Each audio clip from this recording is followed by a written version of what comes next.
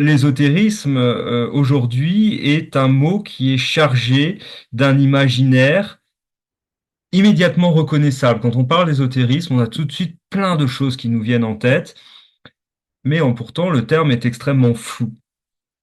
En fait, il renvoie à un champ qui est pas forcément clairement déterminé. Par contre, il renvoie à une atmosphère qui, elle, nous est beaucoup plus familière.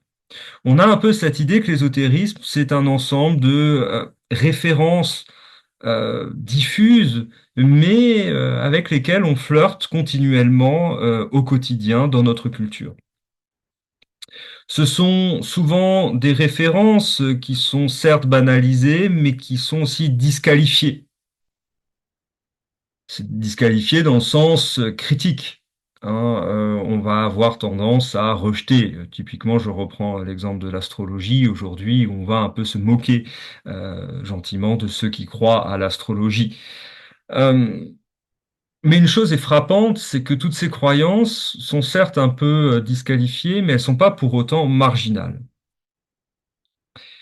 Et ce premier constat, c'est l'une des raisons pour laquelle la définition de l'ésotérisme aujourd'hui pose autant de problèmes.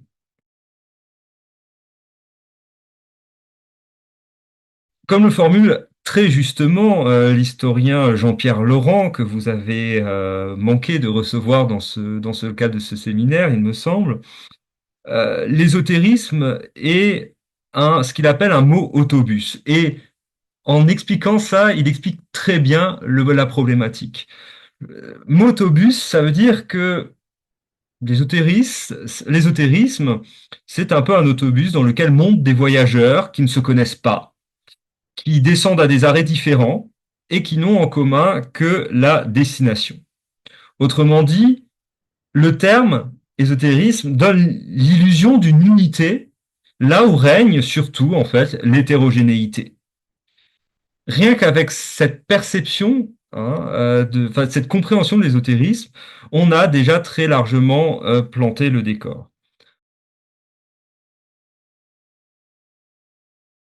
Je vais m'appuyer sur trois grandes approches de l'ésotérisme qui se sont succédées dans le temps. On va commencer par Antoine Fèvre, c'est lui qui a posé les bases de l'étude universitaire de l'ésotérisme. Son petit que sais-je, c'est le point de départ si on s'intéresse au sujet. C'est vraiment une synthèse extrêmement précieuse. Et puis je vais poursuivre ensuite avec la conception de l'ésotérisme de l'historien philosophe néerlandais Wouter Hanegraaff, qui a profondément renouvelé le champ dans les années 2000. Et enfin, je terminerai par l'approche d'un historien allemand qui est Koku von Stuckrad, qui est souvent un peu oublié dans ces considérations-là, mais qui a lui aussi apporté quelques éléments de réflexion qui me semblent extrêmement pertinents pour comprendre l'ésotérisme contemporain en particulier. Donc à partir de ces trois conceptions, je pense qu'on peut saisir l'essentiel des enjeux, des difficultés que pose aujourd'hui la notion d'ésotérisme. Et je conclurai en abordant cette situation contemporaine et en introduisant une notion qui m'est particulièrement chère, c'est la notion d'occulture, qui permet en fait de comprendre pourquoi l'ésotérisme est à la fois partout et toujours aussi insaisissable.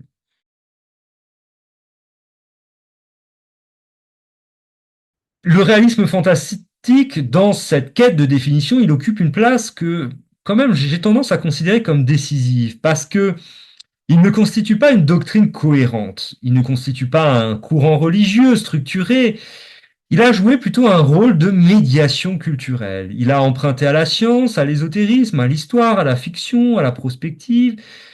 Il a un peu mélangé tout ça et il a rendu accessible, il a rendu toute cette synthèse accessible, désirable et familière de nos imaginaires. Il a rendu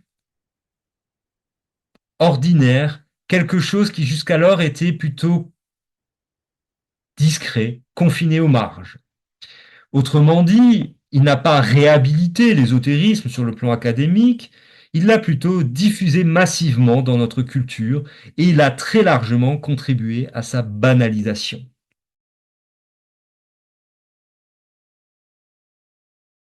L'ésotérisme reste bien sur le plan épistémologique une connaissance rejetée, par la science et par les religions instituées, mais socialement parlant, culturellement, symboliquement, il n'est absolument plus rejeté.